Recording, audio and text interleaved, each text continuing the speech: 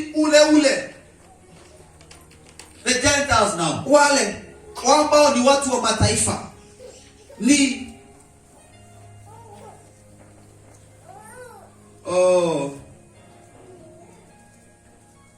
wao ni viungo. The still verse 6, still in verse 6. Wao ni viungo vya mwili ule ule. So they are not any different. The moment they come to faith, hata wao wanahesabika kama kiungo cha mwili ule ule. Na tunaongea kuhusu mwili wa Kristo. Bwana asifiwe sana. Na ya tatu, na wanashiriki ahadi ile ile aliyofanya Mungu kwa njia ya Kristo Yesu. Wanashiriki ahadi. Na ndio sababu tunapowajulisha watu wengine pale, ni vizuri these 3 points, I would wish you note them vizuri. Ndiposa unapoenda kumjulisha ama kumfahamisha mwingine kuhusu Yesu, kufahamisha mwingine kuhusu habari njema, unamtajia mambo haya matatu, ya kwamba hata yeye kama ako nje, yeye anahusika pamoja katika baraka zake Mwenyezi Mungu. Ya pili ni ya kwamba yeye pia ni kiungo pamoja na mwili wa Kristo, na pia ako na hali ya kushiriki ahadi yake Mwenyezi Mungu. Lakini condition ni apokee Kristo Yesu, aje katika ufalme, na atakuwa kitu ambacho ama kiumbe ambacho kimebadilishwa. Praise the name of the Lord. Jina la Yesu lisifiwe.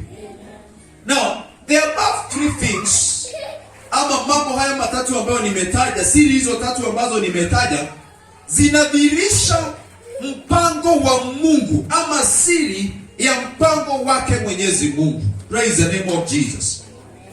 Bwana Yesu asifiwe sana. Now, tusonge katika mstari wa 10 niwaonyeshe jambo. Kwa nini mpango huu wa Yesu ama mpango wa Mungu alidhihirisha hii siri kwa mtume wake Paulo?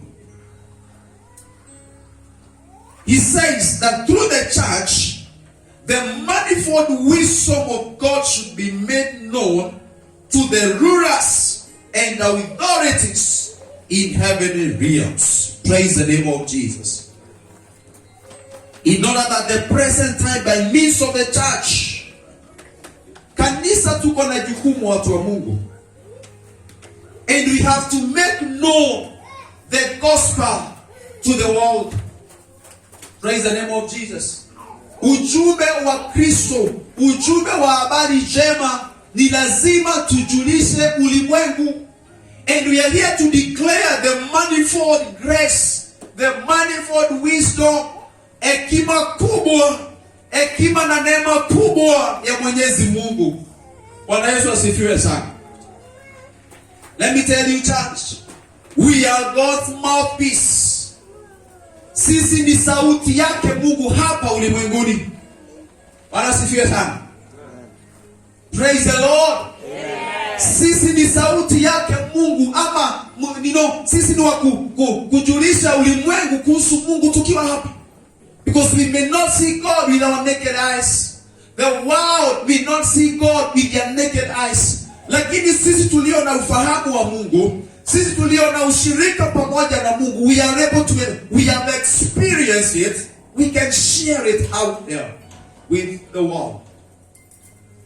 Praise the name of Jesus. As a community church, ama sisi kama kanisa, we want to let you know that the secret of God was revealed to us as it is. Siri ya Mungu imejulishwa kwetu kama kanisa, kwa mwili wa Kristo kama kanisa.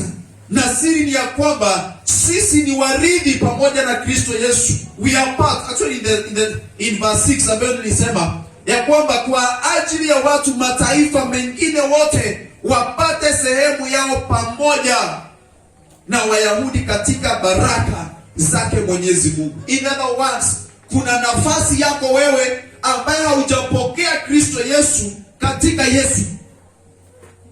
Hallelujah. Kuna nafasi yako kwa Yesu. Anakungojea. He's ready for you. And the the moment you're going to come to him, you become a member of the body. And you become a partaker of the promise. Ahadi ya ufalme wa Mungu unakuwa mmoja wa kuimiliki. Praise the name of Jesus. Now look at this. Ya kwamba imagine siri ya kwamba walio katika ulimwengu ambao hawana haja na Yesu ama ambao hawajafanya uamuzi wa kumkubali Kristo. A good thing about God that he still thinks about them. That is exciting. Ya kwamba hata kama wako nje, Mungu ako na mpango mzuri na wao. Wewe unayenisikia pale haujapokea Kristo Yesu kama mwokozi wa maisha yako, nataka ujue siri hii ya kwamba Yesu Kristo mwana wa Mungu ako na mpango mzuri na maisha yako. Anakuwazia mema. Praise the name of Jesus. Yes, anakuwazia mema. Anataka ukue mmoja katika ufalme wake. Na ndiposa anapokupea nafasi na ukipingia katika ile nafasi, you become a member. You are not a stranger. Wewe si mtu wa mataifa sasa. Unakuwa mmoja katika mwili wa Kristo Yesu.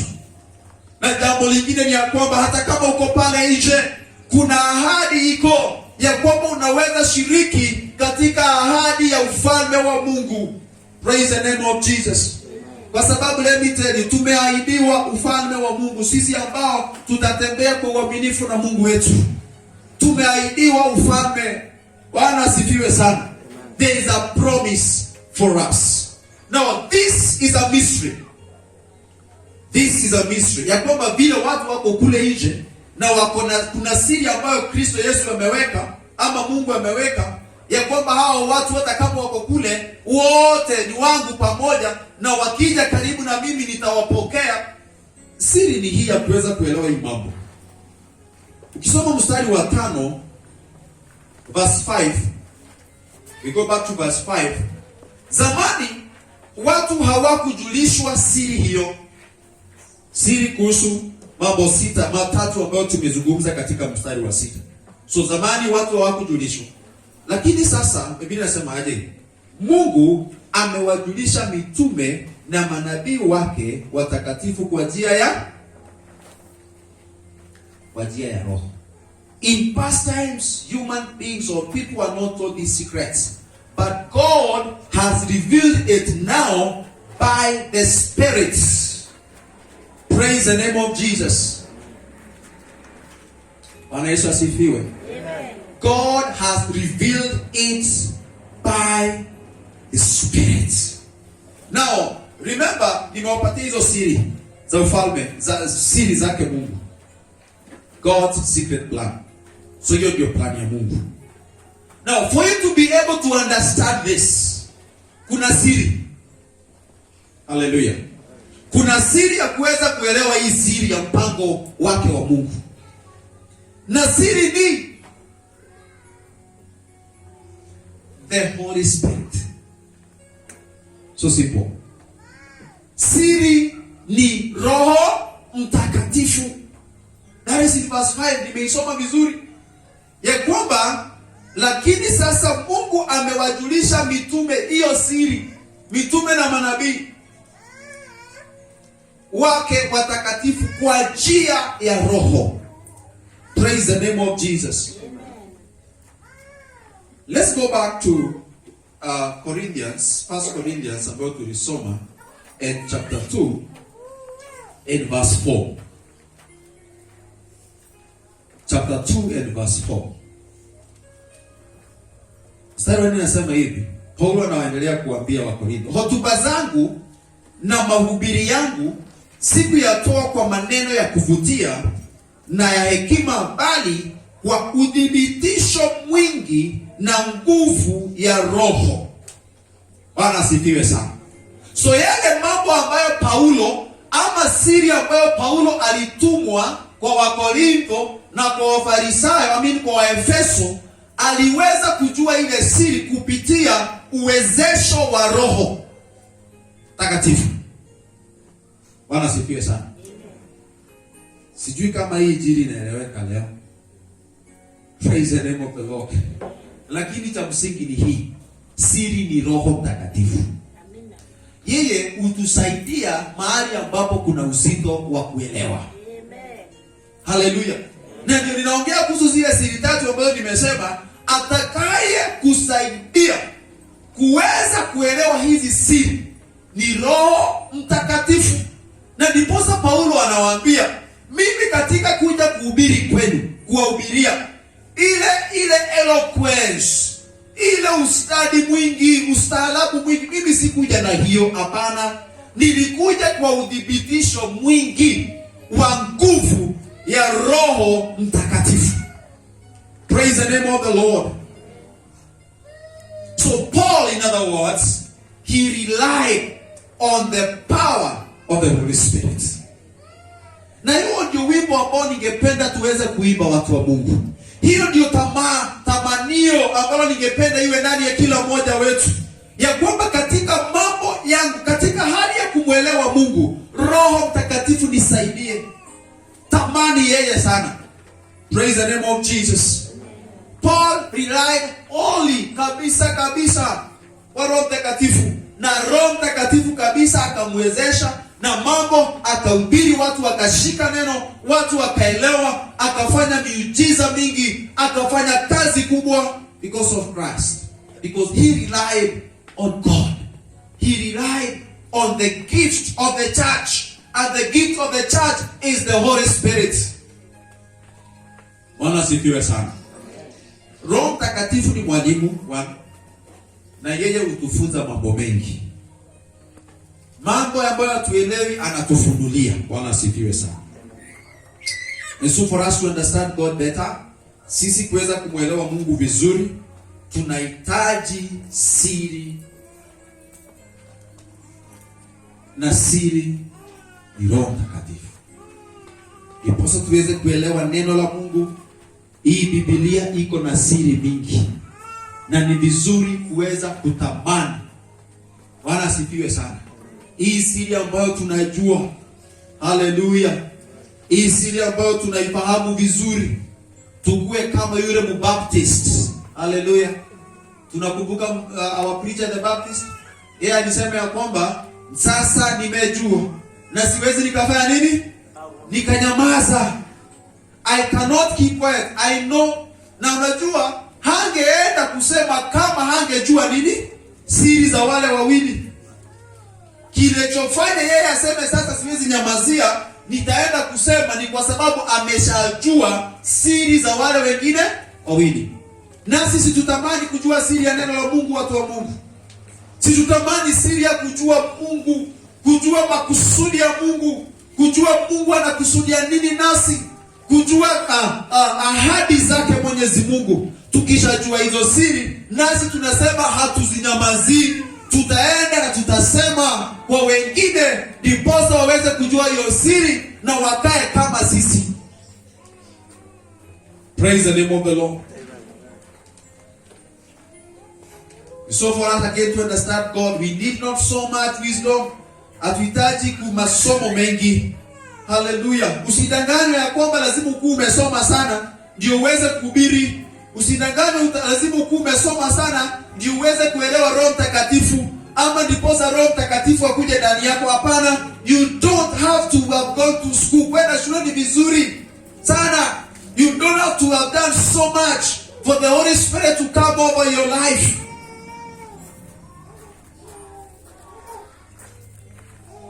Funga macho yako.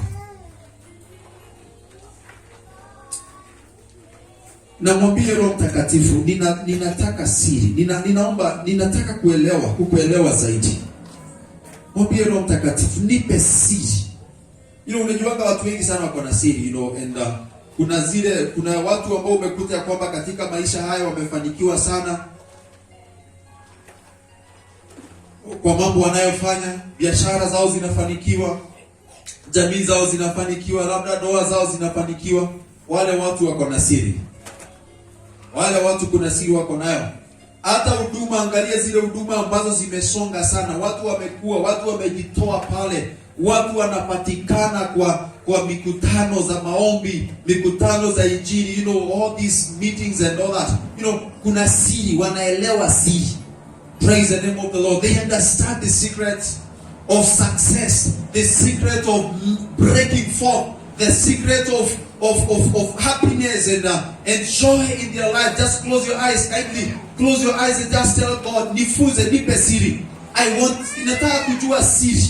I don't want to see someone looking at me, kindly. Nataka ufunge macho and just focus to God. Focus to God. Focus to God. Mwambie nifunze siri ya ufalme. Nifunze siri, na zaidi ya yote Roho Mtakatifu, ninakutamani zaidi ndani yangu.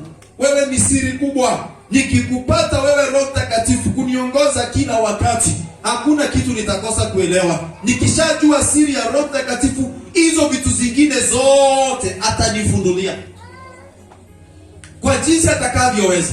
He will open them up to you in the name of Jesus. He will he will for sure. He will. Just make a prayer. Just open your mouth na mwambie Bwana, nifunze siri, nipe siri yako. Nipe siri ya kufanikiwa kwa maisha yangu ya kiroho, maisha yangu ya uombezi. Kwa jina la Yesu, nipe siri, nifunze jinsi nitakavyoomba, nifunze jinsi nitakavyokutumikia, nifunze jinsi nitakavyosimama na jamii yangu, nifunze jinsi nitakavyo simama na kazi yako, nifunze jinsi ya kukuhudumia ama kufanya kazi yako. Just speak to him in Jesus name. Roho Mtakatifu, ninakushukuru, ninasema ni asante Mfalme mwema kwa sababu ya neno lako asubuhi ya leo. Ninaomba ya kwamba Bwana ukatupe siri, ukatufunze siri ya ufalme, ukatufunze siri ya kukuelewa na kuelewa neno lako. In the name of Jesus Christ, oh God. So many people are making in life because of some of the secrets or some of the principles that they know over the areas of their lives, oh Lord. And so even for us this morning, this afternoon, we want to pray in the name of Jesus. May you teach us the secrets of the kingdom. May you teach us the secrets of the kingdom. Na kama vile ambavyo Bwana siri ya ufalme, siri mpango wako wa siri ulivyomfunulia mtumishi wako Paulo, ya kwamba Bwana watu wa mataifa wako na sehemu katika wewe, ni ya kwamba wao ni mwili mmoja, wataweza kuwa mwili mmoja nawe, ni ya kwamba wanaweza shiriki katika ahadi zako. Ombi letu ni ya kwamba nasi pia tutaweza kushiriki baraka ambazo uko nazo kwetu, kwa maisha yetu, kwa jamii zetu, kwa jina la Yesu Kristo. Some of us, Lord, some people may be struggling in some areas because they do not know how to do it.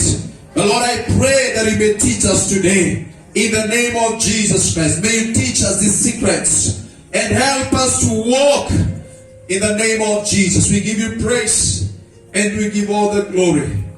We thank you, our Father, and we bless your name. In Jesus' name we pray and we give thanks. Kwa jina la Yesu tumeomba na tumeshukuru.